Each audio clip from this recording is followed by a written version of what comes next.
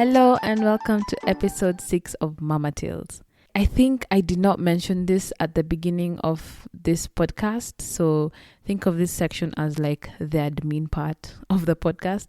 I've been trying to think about how to organize this thing, and I'll be doing it in seasons. So like right now we're in episode 6 of season 1, and I'd want to say that we are in the middle, so I'm planning to release around 6 or 7 more episodes before I take a break and possibly, I don't know, start it again. I think it's always really good to take a break and look back at what you've done and see if it's worthwhile, if it needs to change, if it doesn't need to change. I don't know. So that's kind of like how this thing is gonna be structured. And on that note, since this is like the midpoint, this episode will be a little bit different. I know last episode was different because there was a man on here, but this episode is different in that there is no story from anyone today, at least not from any other mother. It will just be me, and I want to take this time to just kind of reflect and share on some things that have been on my mind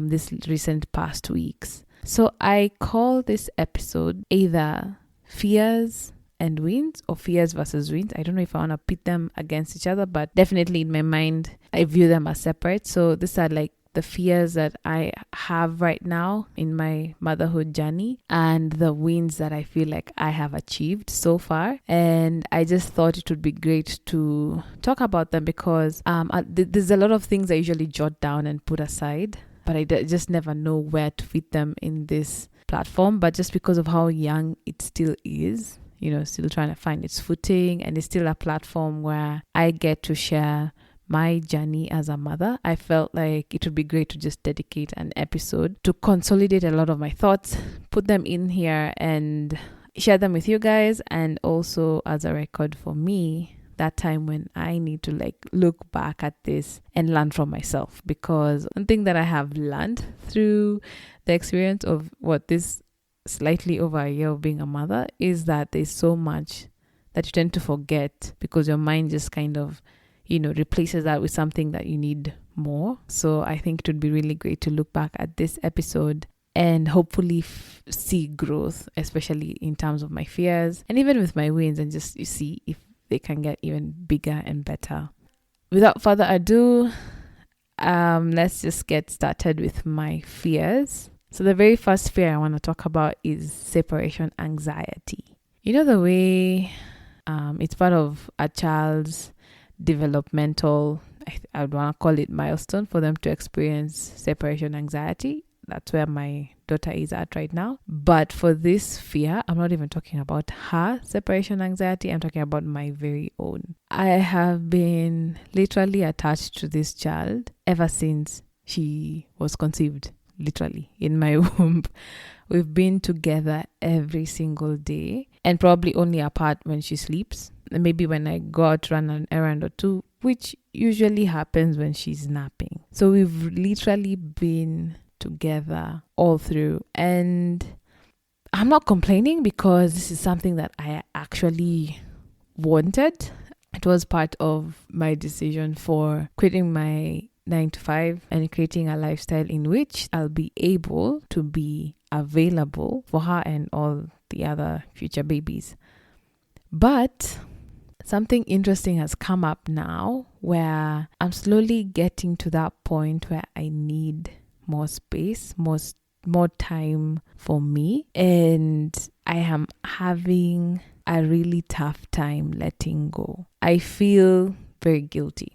To be quite honest, I feel very guilty not being there with her, or even just the idea of not being there with her and letting somebody else take care of her, up to the point where I'm asking myself, do I really need my space? Can't I just work around the naps and sleep times like we've just been doing it? I think the height of this came when, let me see, so there's a day I had a really crazy dream and actually even wrote it down, so I just want to find it and read it to you. So here it is. So this is exactly what I wrote. I had a dream today.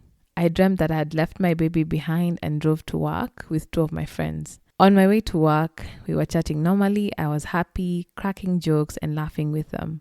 But by the time we got to work, my mood completely changed. I became obsessed with trying to figure out how my baby was doing. I looked at my phone, trying to see the feed from the camera I'd left at home and to see how she was doing. In the video feed, I could see that she was home with my mom, among other kids and adults, just singing and having a merry time. At this point in the dream, I locked myself away in a different room and just started sobbing. One of my friends came in and tried to reassure me that everything will be okay, that she is in good hands. I relax a little and go back to join them. Later, I check my phone again, and this time I cannot see her. I get a message that she's been put in a bus to go see her father. Now I'm super worried. Was she alone in there? Why was her father away? Has she eaten?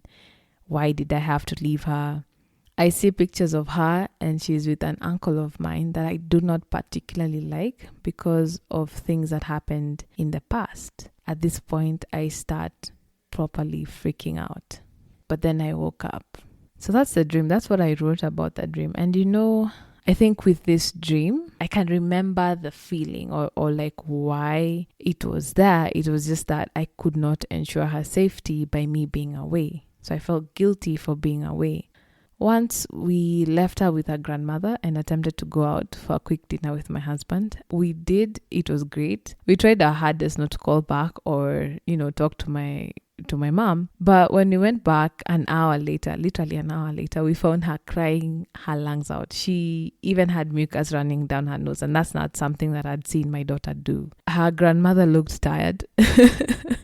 In hindsight, I think it would have been better if her grandma came to our home instead of us taking her to a new environment and just expecting them to gel well.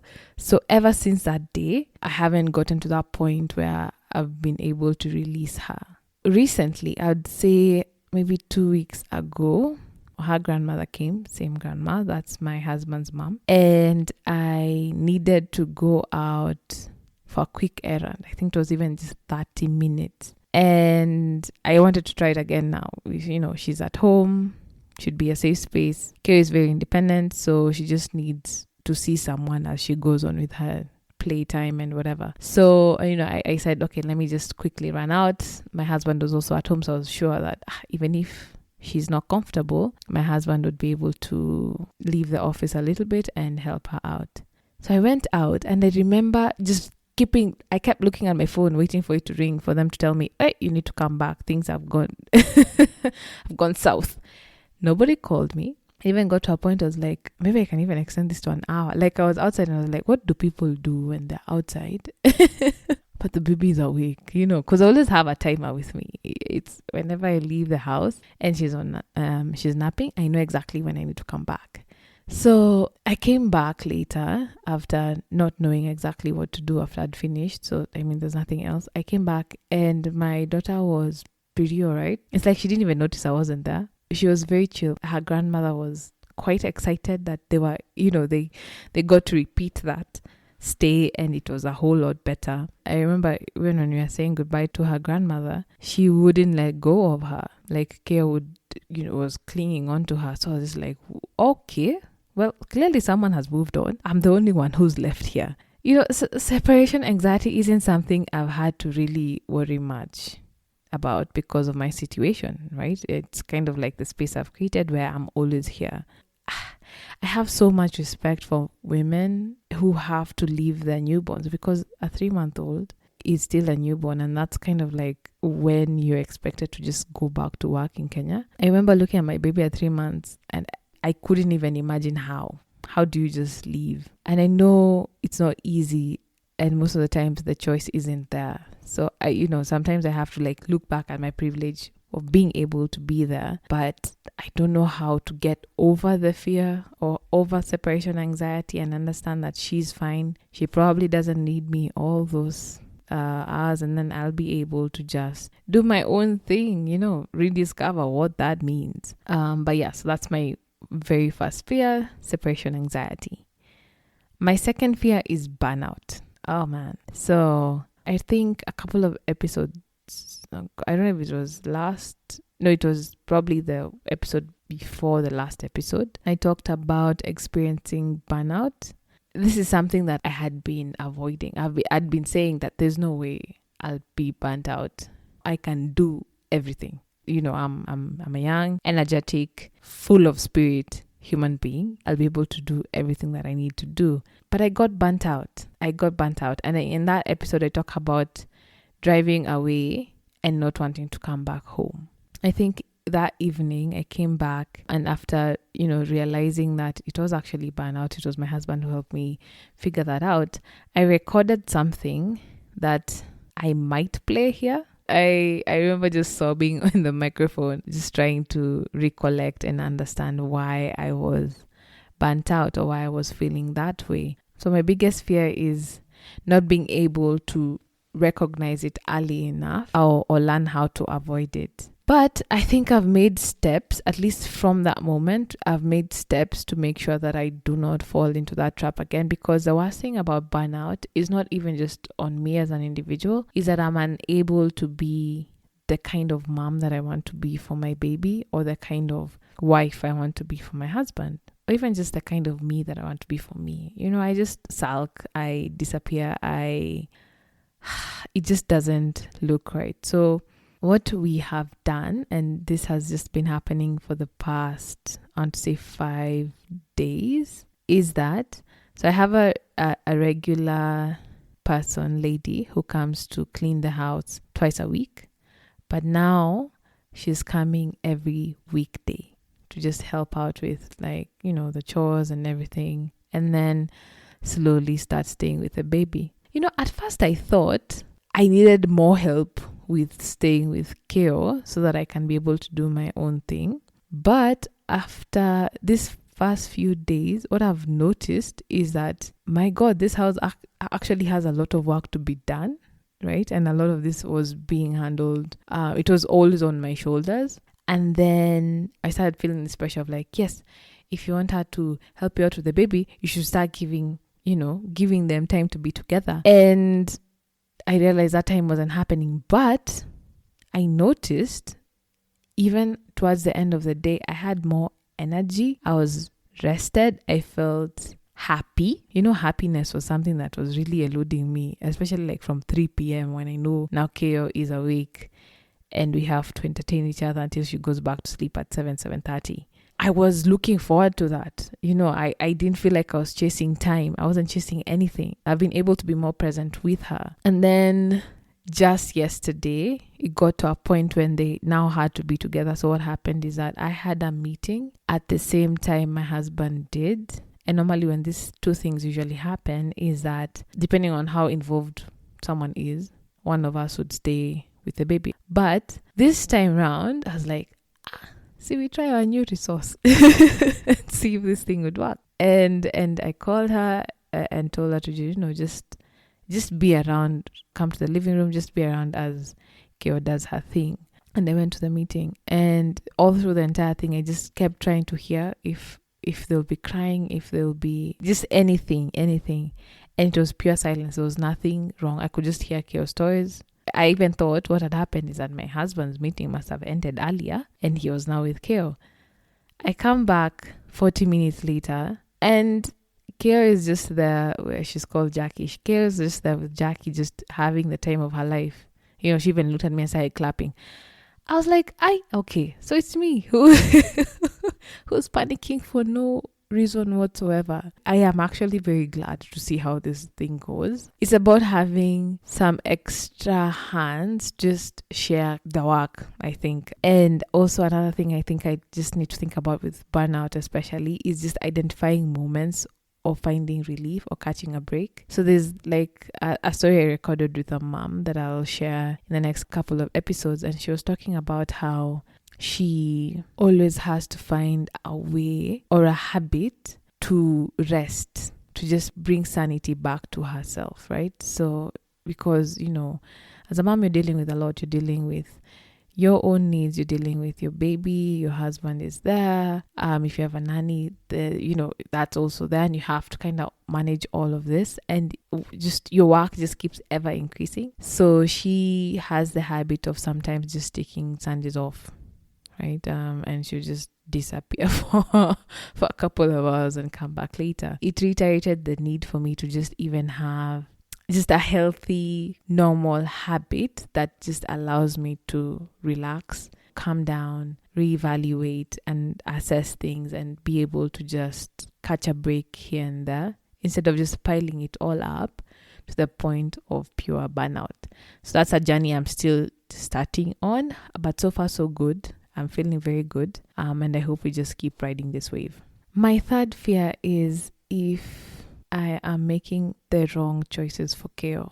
And a little bit of heads up is that this next section might be a little bit controversial because I tend to ask the question why a lot, and that can get a little bit controversial. So let me explain. One thing that I've learned so far is that no one really truly knows or has the proper guide for raising a baby. Everyone has very different ideas, very different ideals, some variations, and almost all are okay.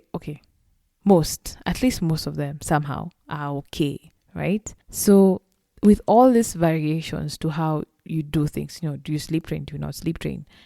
Do you do baby-led weaning? Do you do traditional weaning? Do you breastfeed for as long as the baby wants? Do you stop breastfeeding? What about vaccinations? Like, there's so much variation in a lot of these choices. How do you even know that you're making the right choice? If you've learned anything or you know anything about me, I'm a person that just goes with my gut and what I think is right. I usually kind of put that above everything else. So for example, the one thing that I'd want to start with is like the food choices that we make for KO. One, she does not drink uji. I remember we started with uji earlier, but because she self-feeds a lot, it's not the easiest thing to self-feed. One. Two, I always found it a bit hard to keep making uji every day and cleaning up after that. So obviously not having consistent help to help me with that. As someone who also didn't have uji as part of my regular breakfast, it just didn't work.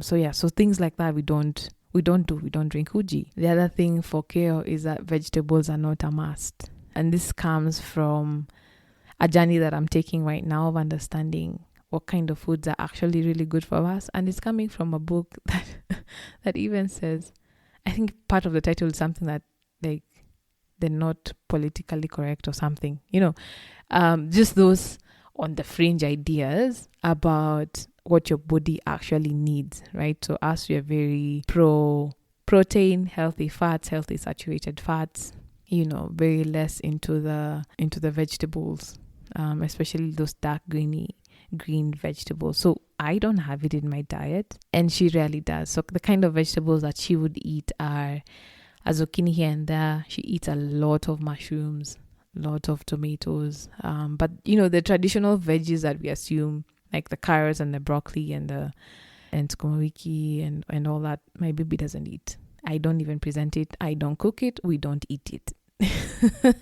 Peas are also things that don't exist. Actually, Keo sees peas as playthings. She will eat. So if I have a bowl of food that has peas, she'll just pick out peas individually and eat them until she's done with the joy of eating them. So a choice like that makes me sometimes I doubt myself. I'm like, am I missing something? Am I depriving her of something else? But I'm very keen on like where she gets her nutrients from, and I make sure she does get she gets them from everywhere else that I think is a much better carrier of those nutrients than veggies. The other thing is that I don't really force her, or I don't know, I want to use the word force, but she doesn't need to eat 3 main meals in a day.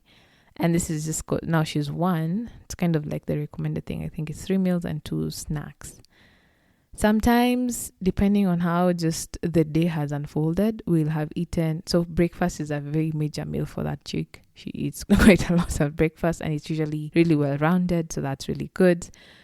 And then some days we can just end up eating a lot of snacks. The other things is that sometimes I can cook her something that she doesn't like. So the thing that I don't do is offer her an alternative. So I'll always have safe foods for her on her plate, the ones that I'm sure she would like. But I don't want to create that idea of, she hasn't eaten anything on that plate, let me go find her something else. You know what I mean? So if I know there's something safe for her to eat there, I just take it as it's just one of those days that she just doesn't want to eat, and she's fine. In fact, those days she won't even breastfeed any more than usual. She'll just continue. She will be as happy and go lucky as everything. So I let's just go with this mantra of, is the baby fine? Is she healthy? Is she happy? Right? Then today is just one of those days, because even me, I have those days where I don't eat and I'm just fine. My body has just refused, right? But yeah, so sometimes I do feel guilty. There are even moments where, again, this all comes back to also like lack of help and how unstructured my days can get sometimes, that I'm cooking lunch at 3 p.m. or 4, right? And she'll eat a whole lot at that exact moment and probably just have yogurt and go to sleep at 7, so there's no way we can eat another meal. So sometimes when I'm on the phone with my mom, I'm telling her we're cooking lunch. She's like, at 4? Who eats lunch at 4? I'm like, us. We eat lunch at 4. So sometimes I get afraid or rather have this fear that I'm making, bad choices for her food wise. But then try and trust my gut and understand that I'm doing it for a reason. It's not just like that. Like, it makes sense for us now, and she seems quite all right. The other thing, and this one is where probably, if it hasn't already gotten controversial, is another one for vaccines and monthly check-ins with dogs. So, quick one, I'm not anti-vaccinations. No, that's not what I mean. So I just started questioning the vaccines that we give kids past the 9 months, the private ones. But so I remember when you started the vaccination schedule, I mean the vaccinations for her, I had the KEPI schedule with me as well, because we were going to a private clinic for all of this. So definitely there's going to be like other stuff that's added on there. So I had the KEPI schedule with me as well, which I think is what I got myself. So I just made sure that her vaccines are aligned with that. And then I think when we got to 9 months, so we started doing the private ones, and I asked the nurses and doctors, okay, so I understand these are private vaccines, right? To me, what I view that as is optional. To be quite honest, that's an optional thing. So just circle the ones that you feel are very important. I could see that they would actually take time and see, okay, maybe this one you can not, you can do without, and this one you can do without, this one you might need, this one you need, So it helped me understand, or rather try and get into this hole of really understanding where these vaccines fall into a baby's life, what is needed, what is not, and then we just work out from there. So the other one is just like the monthly check-ins with the dogs. That's the well baby. And here's my feeling about them. I loved them for this, for I think for around, again, everything just kind of maybe stopped at the 9 months. Because, I would be able to see her growth and understand that everything is still on track. So that was really good. And if I had any concerns, I would voice them and things like that. But then I feel like I've reached that point where I'm really understanding my baby. And it might also just come from that point of always being there. So I'm able to see and know that she is still doing good. She's great on her growth curve and things like that. Because what happened is that some of these check-ins, especially from I think 5 months, started giving me a lot of anxiety, because you go in there and you immediately feel like you're being judged by the nurses, because I remember at 6 months, because my baby, so we started eating solids at 6 months, and I went right in there with the good stuff. So I was even giving her some egg yolk, and they would ask me if I've introduced proteins. I'm like, actually, I remember the first schedule was just like all veggies and stuff. I'm like, oh yeah, but I've also introduced proteins. And I was given this look of like, what is wrong with you? I'm like, yeah, because I've read the earlier you kind of introduce these things, the better it is for the baby and the less chance of them getting any reactions to it. So I'd get those looks of like, and she's tolerating the yolks. I'm like, yep, in fact. she finishes hers, I start looking towards mine. So you see, those questions of, you even just start looking back and like, was I not supposed to do that? Why is there so much conflicting information? So I started giving myself so much pressure and then bringing it back home to her, right? So now I would get frustrated if she doesn't finish a whole meal. And what I forget to see is that, who am I to tell her how much her stomach needs? Like, how do I have that insight? I don't. Not in any shape, way, or form. So why am I getting frustrated to the point of even sobbing? Like, I would even sob, because I'm just like, why is this child not doing it? But then what I'm not seeing is that she is happy, she's smiling, she's hitting her milestones, she's doing everything right, she's healthy. Like, this child has not even caught a cold. And this is from a house where we both got COVID. And she just breezed through it like nothing has happened, So I've gotten to that point now where I'm just taking a step back from it and really just going with the flow. Unless I feel like it's something, that's really major and big for her. I don't know. So, but then I'm still, you still go with this self-doubt of like, am I doing the right thing? Am I trying to raise my child different? Am I being too stubborn? But here's the other thing that I know, that I'm not just, it's not neglect. It's not out of ignorance. It's out of careful study. It's out of careful observation. Right. So I'm making these choices, and this is the thing that I have to remind myself. I'm not making these choices just out of nowhere. I'm actually reading about this. I'm internalizing it. I am questioning it, and I am following my gut again and following my baby. When do you stop going for monthly check-ins? Forget the vaccines. Just when do you stop going for those things? I don't know. But we might go for 1 or 2 more. After that, we live life. I think. I don't know. I don't know. The other fear that I have is on getting the second baby. This one is funny because I know we want many kids, and we are both on the same page on them being very close in age. But can you really ever be ready? And what does ready mean when you're getting a second child? It's not like the first time when you don't know anything. This time you've pretty much seen what happens, at least with the one. I am sure with another one it might be a different journey and everything, but can you really be ready? So for me, I feel like it's one of those things that you have to maybe just rip the band-aid off, or those days when you have to enter a pool on a cold day. There's that second of pulling yourself out of a comfortable space. I think that's what I'd refer getting a second baby to. That's what I'd equate it to. One thing that I've noticed is just how quickly time is moving. So we had written down the years when we'd want to have kids, and the next year is coming so quickly. I don't even think I'll be ready for that. And what does a second baby even mean to us? Like, what's the impact of that on us financially?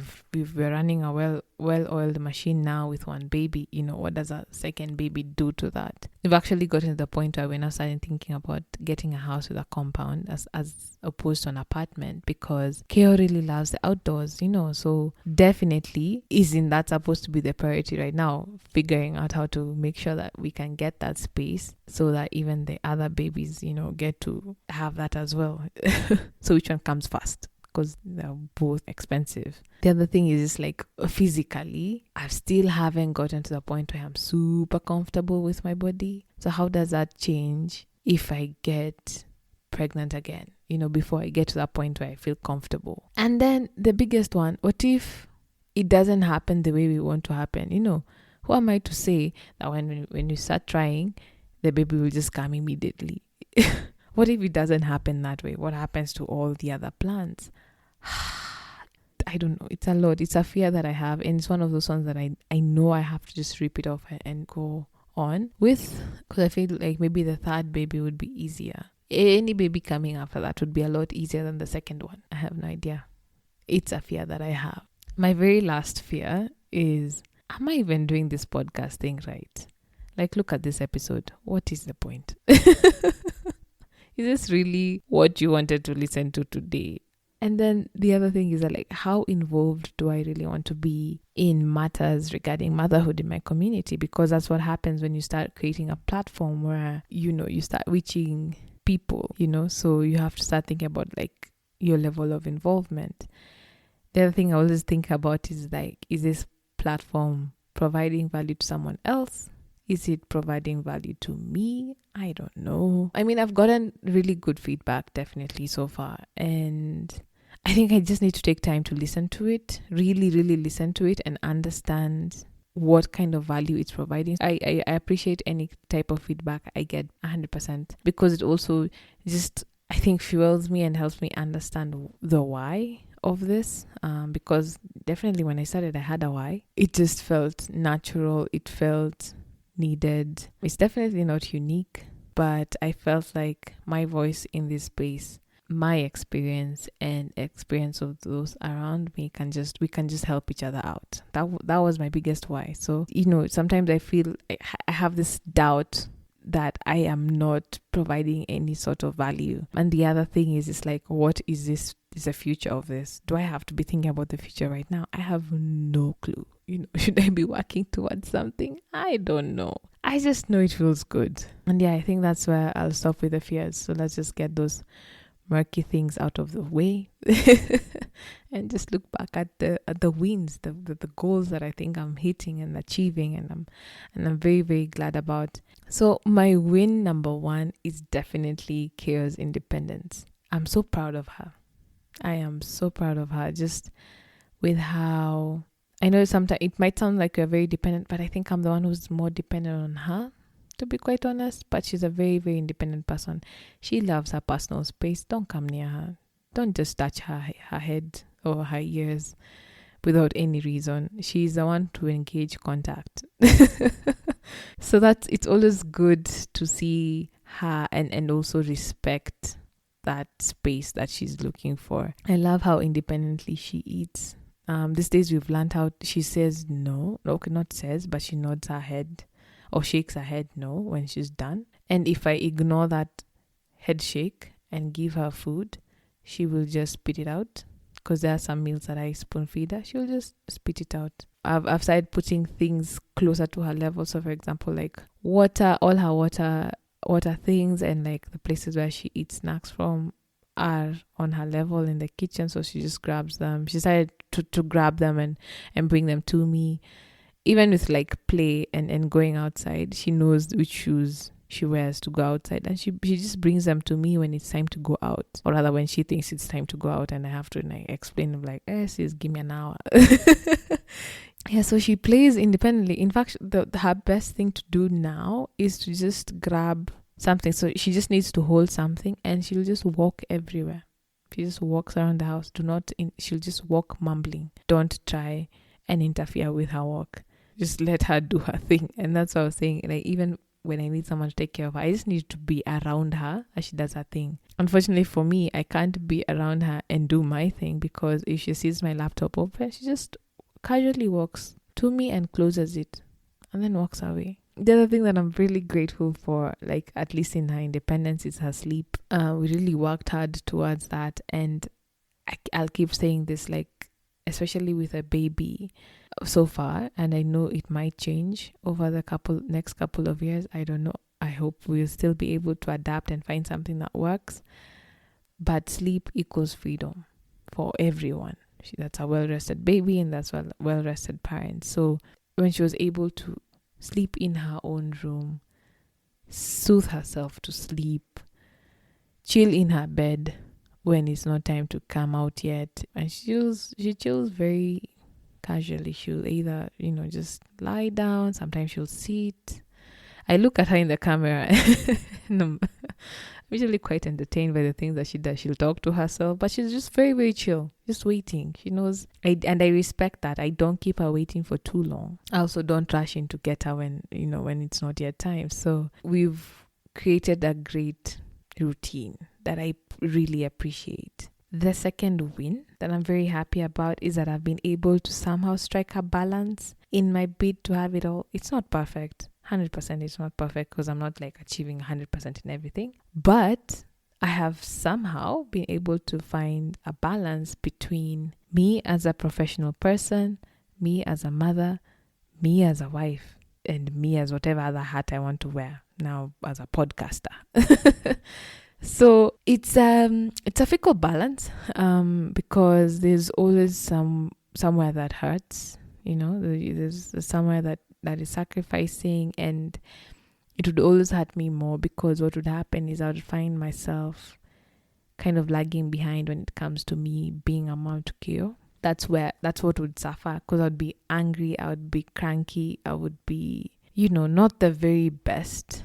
But I have somehow been able to strike a balance, more so now that I've found help. Maybe that's what I also needed. And she did, she helps me with, it's just the cleaning. It's the cleaning that takes a whole lot of time, because I still cook, I still take care of the baby 100%, things like that. Somehow, my work is not failing. I'm still able to do this podcast. It's amazing that somehow I have found a balance that works. What I'm learning is that I have to accept that it might not be 100% perfect, not the way that I envisioned it in my head, but I will take the small wins that come.